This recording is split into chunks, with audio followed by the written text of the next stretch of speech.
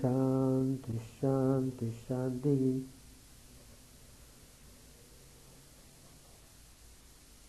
Om Sthapakaya cha Dharmasya Sarvadharma Swarupine Sthapakaya cha Dharmasya Sarvadharma Swarupine Avatara Varisthaya Ramakrishna te Namah. Asato ma sadgamaya tamaso ma jyotirgamaya mrityormamritangamaya. Om Shanti Shanti Shanti. Let us offer our salutations to Sri Ramakrishna, the embodiment of all religions, the Supreme God incarnate, who came to establish universal religion. Let us pray to Him to lead us from the unreal to the real, to lead us from the darkness of ignorance to the light of knowledge, to lead us from death to immortality. Today's topic I have chosen from the Gospel, important spiritual canons.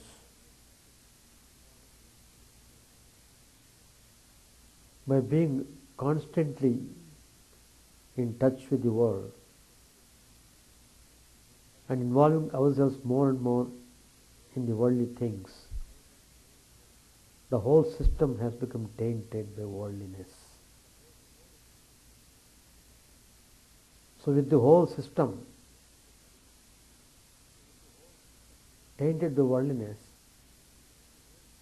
cannot experience the glory of spirituality. So it's most important to develop and culture physical, mental, moral and spiritual personality. Sri Ramakrishna said,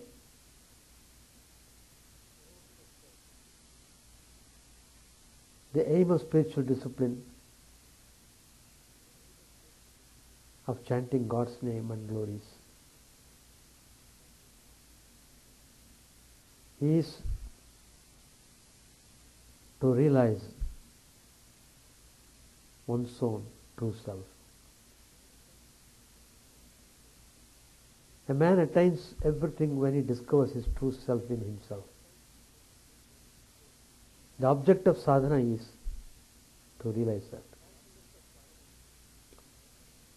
That also is the purpose of assuming a human body. Sri Ramakrishna tells further, one needs the clay mold as long as the gold image has not been cast. But when the image is made, the mold is thrown away. So also, the body may be given up after the realization of God. God is not only inside us, He is both inside and outside. Sri Ramakrishna said, the Divine Mother showed me in the Kali temple that everything is Chinmaya, the embodiment of Spirit. That it is she who has become all this, the image, myself, the utensils of worship, the dosil, the marble floor, everything is indeed Chinmaya. The aim of prayer, of spiritual discipline, of chanting the name and glories of God, is to realize that. For that alone a devotee loves God.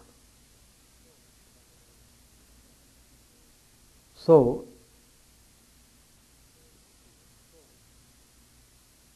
they will come to one karma, bhakti, jnana and yoga who follows them wholeheartedly. The most important instructions of spirituality. They are the unfailing keys to quick and effective development and culture of the physical, mental, moral and spiritual self of man. So what I said earlier is that our whole system, which has been totally tainted by worldliness, must be cleaned properly. It must be, the whole system must be thoroughly cleansed. It has to be done. So, the first step is, you must have very strong resolve that you should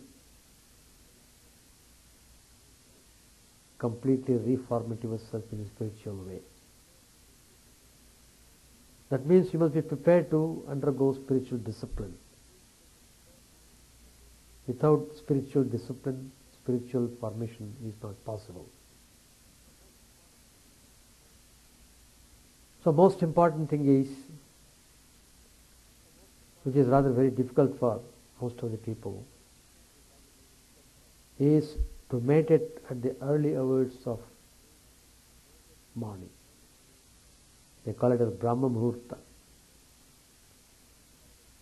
Sri Ramakrishna said in the Gospel, it is good to meditate in the small hours of the morning and at dawn.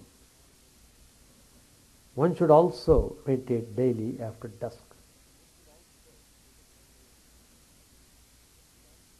The term Brahma Muhurta is mentioned in all our scriptures. All the rishis would be meditating in the Brahma Muhurta. 4 a.m. in the morning is termed as Brahma Muhurta because it is favorable for meditation on God or Brahman, so it's called Brahma Muhurta. At this particular hour, the mind is very calm and serene. It is free from worldly thoughts, worries and anxieties. The mind is like a blank sheet of paper and comparatively free from worldly samskaras. It can be very easily molded at this time before worldly distractions enter the mind. Further, the atmosphere also is charged with more sattva at this particular time. There is no bustle and noise outside. So, we should get up at 4 a.m. daily. This is Brahma Muhurta, which is extremely favorable for sadhana.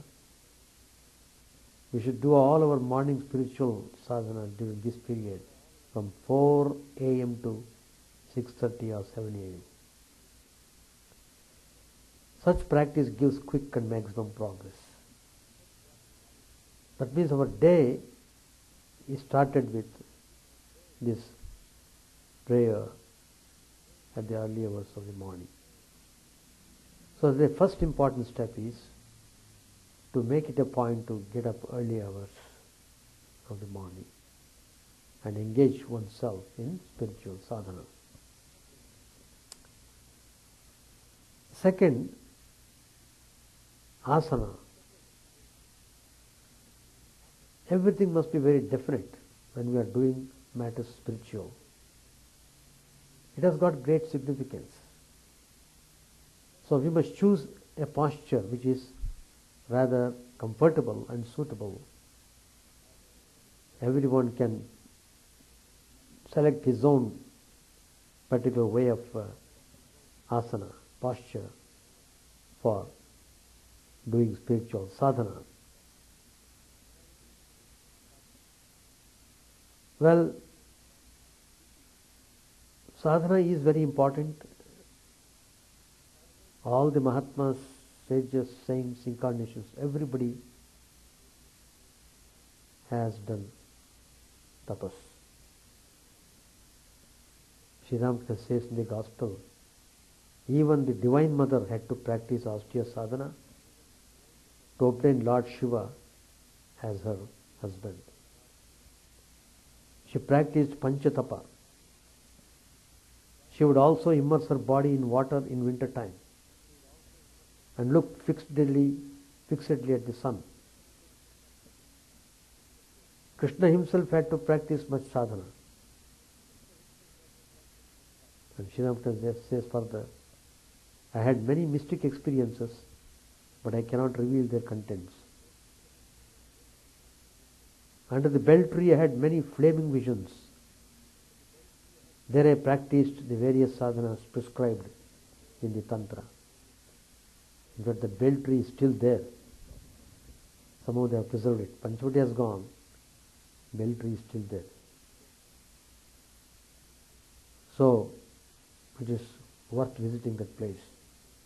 And the room where Sri Ramakrishna practiced Advaita Vedanta, initiated by Totapuri, that room also is preserved. And of course, the room where Sri Ramakrishna lived, that also has been preserved properly. So Sri Ramakrishna says, he did various practices according to Tantra. Swamiji said, he needed many articles, human skulls and so forth, and so on, because Tantric sadhana requires all these items. The Brahmani who came to initiate Sri Ramakrishna into Tantric sadhana, she used to collect all these things for Sri Ramakrishna.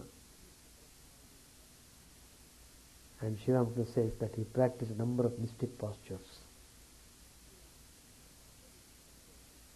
If you study Hatha Yoga, there are different types of postures are given there. Padmasana, Siddhasana, Sukhasana, so Shirshasana, Sarvangasana. All these postures, they are very good not only for doing concentration and meditation, but they are very good for maintaining one's health.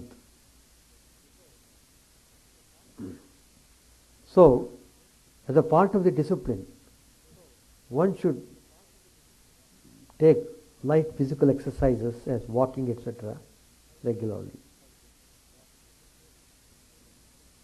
And it is also suggested to do breathing exercises so that to have rhythmic breathing, which helps a lot in spiritual practices.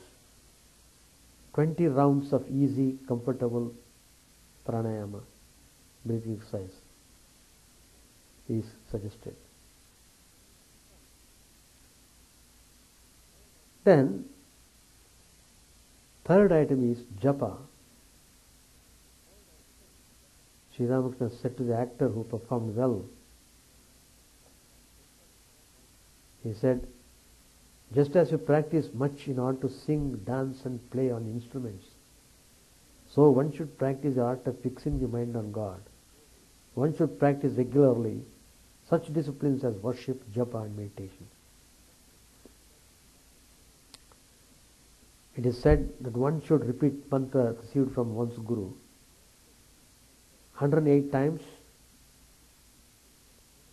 that is minimum, up to 21,600 times,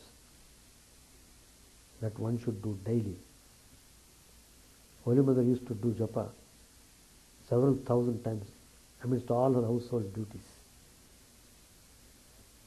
Sri Ramakrishna said in the Gospel about the next discipline to be followed is dietic discipline. Food is very important. What type of food we take in, that determines the nourishment we receive from the food. Sri Ramakrishna, referring to himself, said, the food must be cooked by a Brahmin observing ceremonial purity and be offered to the deity, then only can I eat. Otherwise Sri Ramakrishna could not eat food. Even now, in Lemont they have a special cook for preparing Sri Ramakrishna's dishes.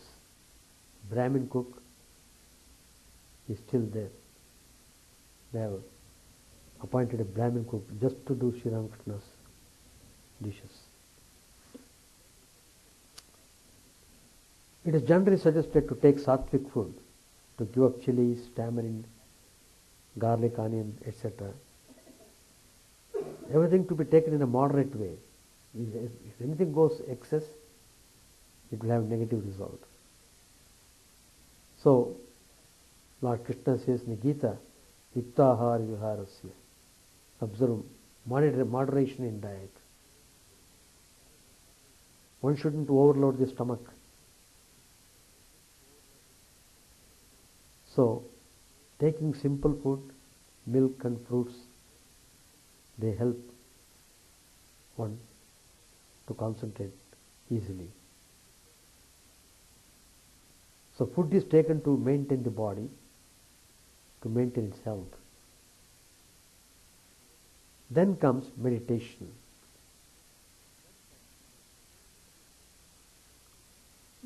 Everything is definite in spiritual sadhana. You must have a fixed place for doing meditation, so that as soon as you enter that place, your mind gets automatically calmed down. You get into the mood of meditation.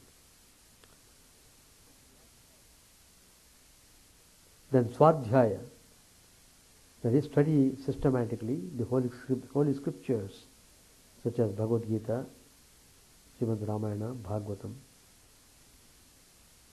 and other sacred books.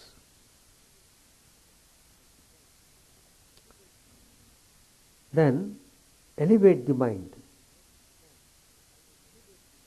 So mind always tends to go down, but you must be aware of that and try to keep it,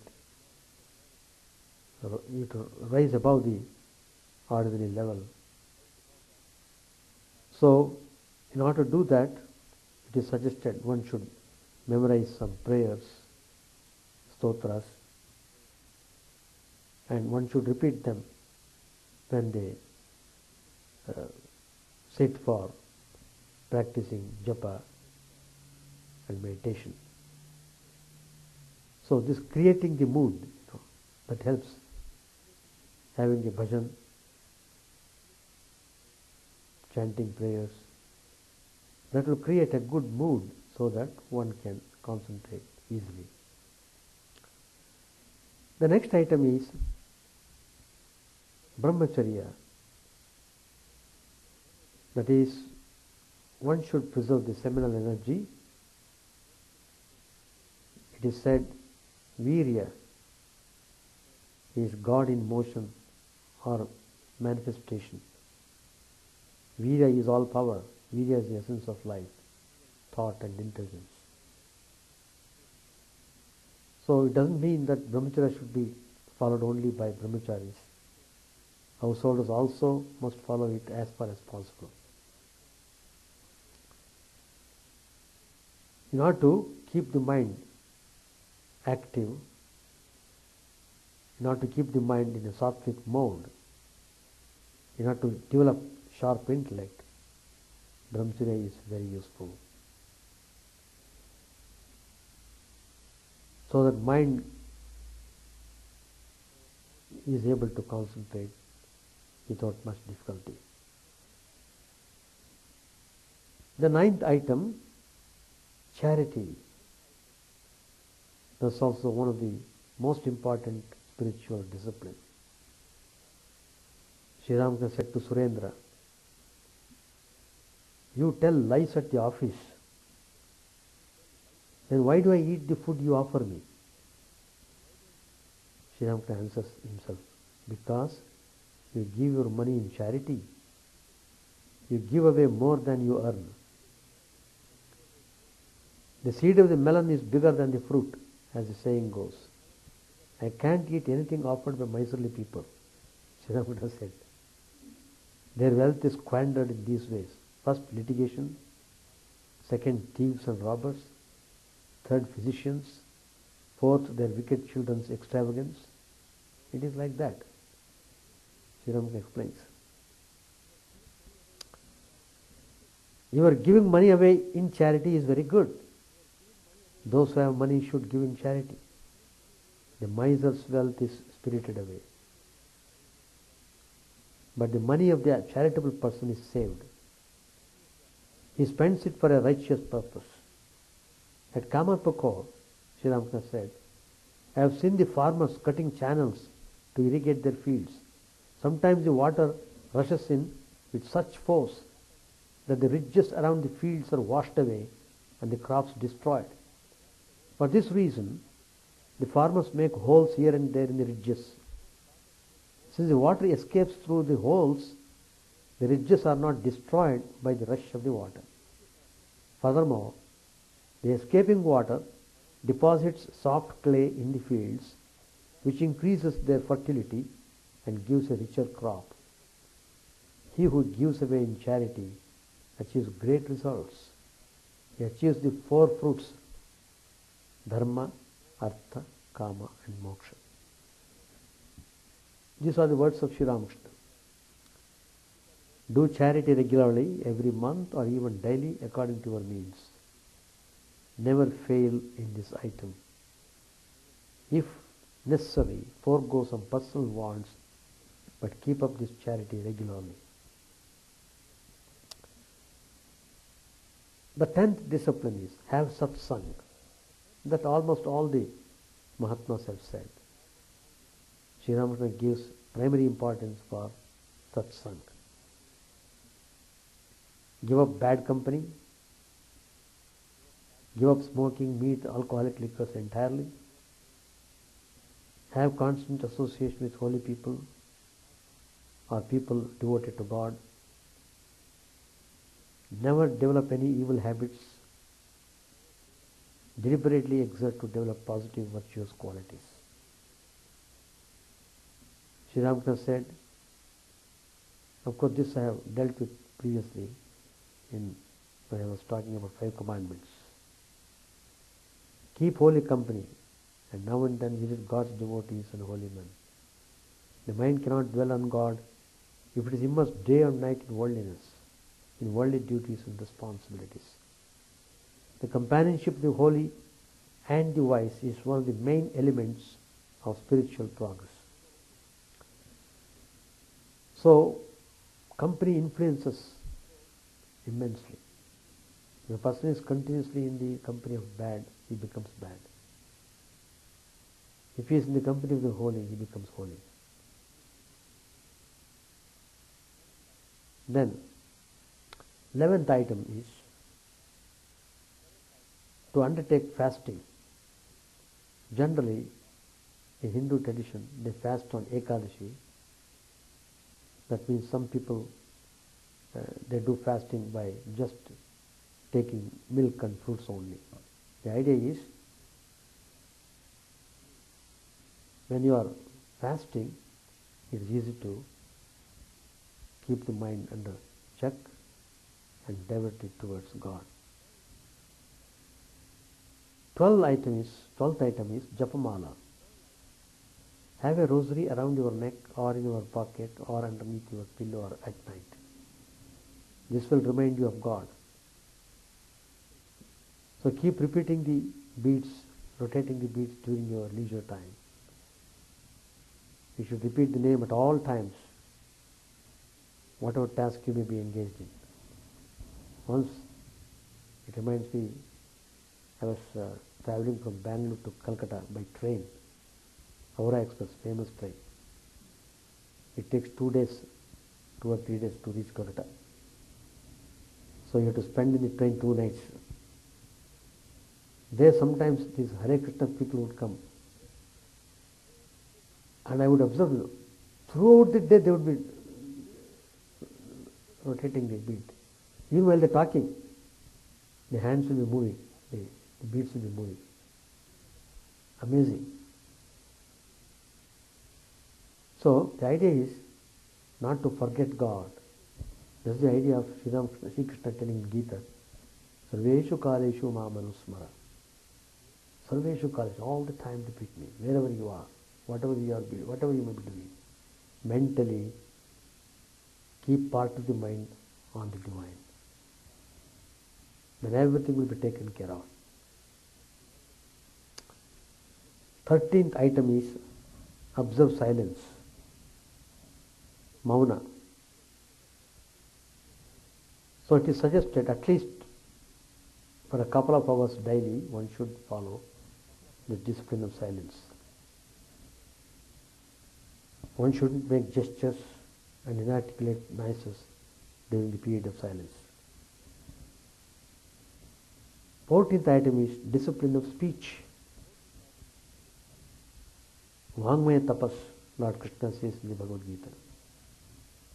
Speak the truth at all cost. Speak a little. If at all you speak, speak sweetly. Always utter encouraging words. Never condemn, criticize or discourage. Do not raise your voice and shout at little children or your subordinates. So that is the discipline of speech. 15th item is be content. So contentment is to be practiced by controlling our wants.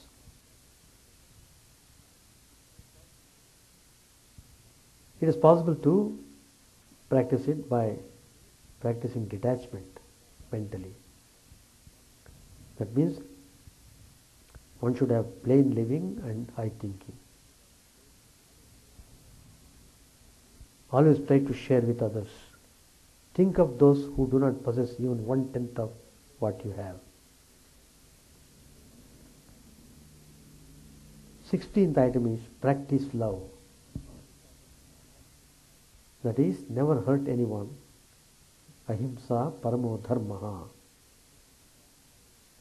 Ahimsa is the highest virtue. Control anger by love, kshama, forgiveness, and daya, compassion. Serve the sick and the poor with love and affection. This is service of God. Next is be self-reliant. Self-reliance is the highest of all virtues. Don't depend upon others, depend on only your own self. Be confident that you can achieve anything. That self-confidence must be built up properly. The 18th item is have self-analysis. Introspection. There's possibility that we make mistakes in course of day. But the point is, we should analyze and find out what mistakes we have done and try to rectify it. So it is suggested that before retiring to bed, one should look in within himself and try to find out what mistakes he has committed on that day. So that is, self-correction has to be taken. And in order to be firmly on right track, we should not brood over past mistakes. Then 19th item is do your duty. Remember that death is awaiting you at every moment. Never fail to fulfill your duties. Have pure conduct, sadachara. So doing duty, now Sri Ramakrishna also tells very clearly how one should perform one's duty. And then in the midst of duty one shouldn't forget God. So God should be first priority. Amidst all, whatever we do, we must be constantly thinking about God.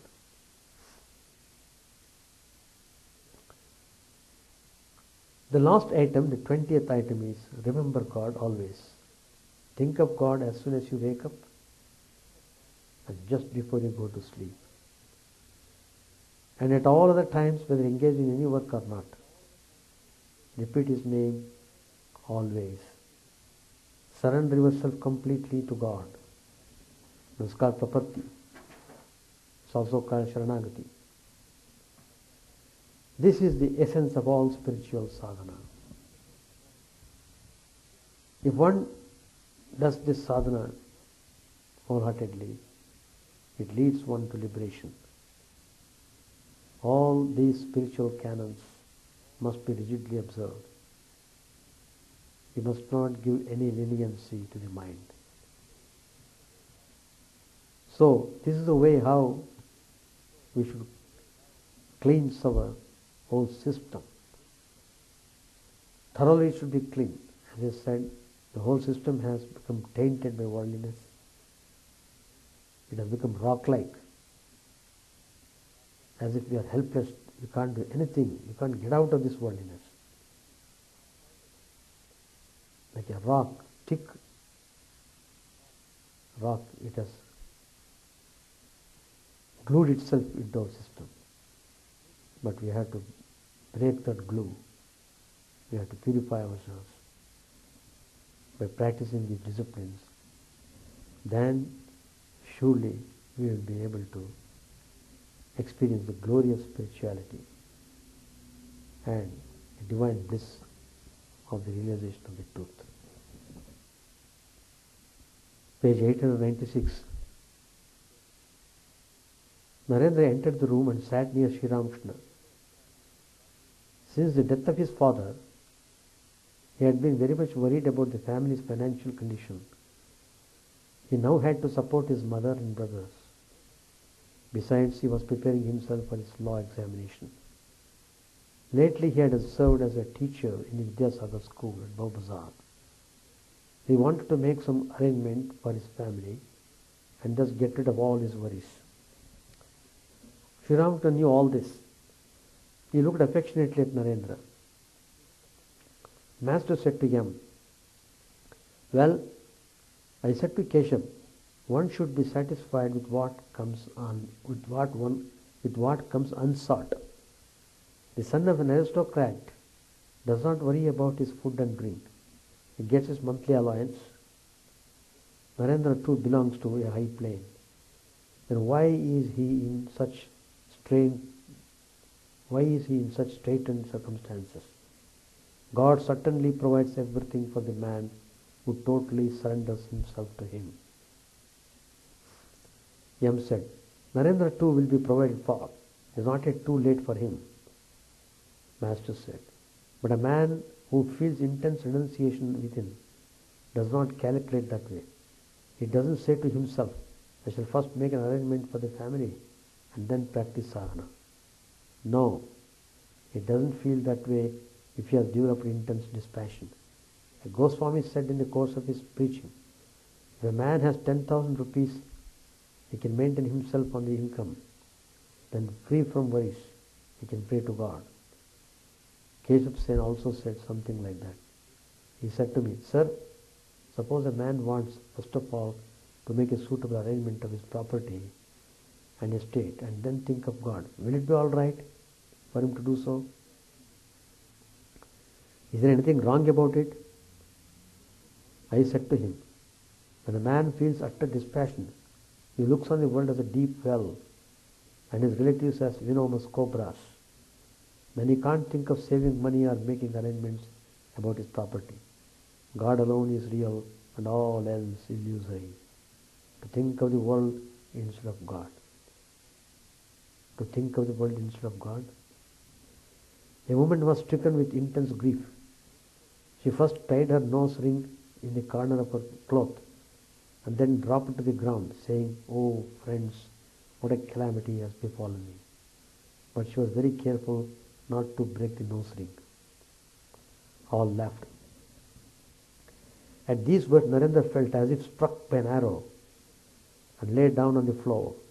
M understood what was going through Narendra's mind and said with a smile, What's the matter? Why are you lying down? The master said to him with a smile.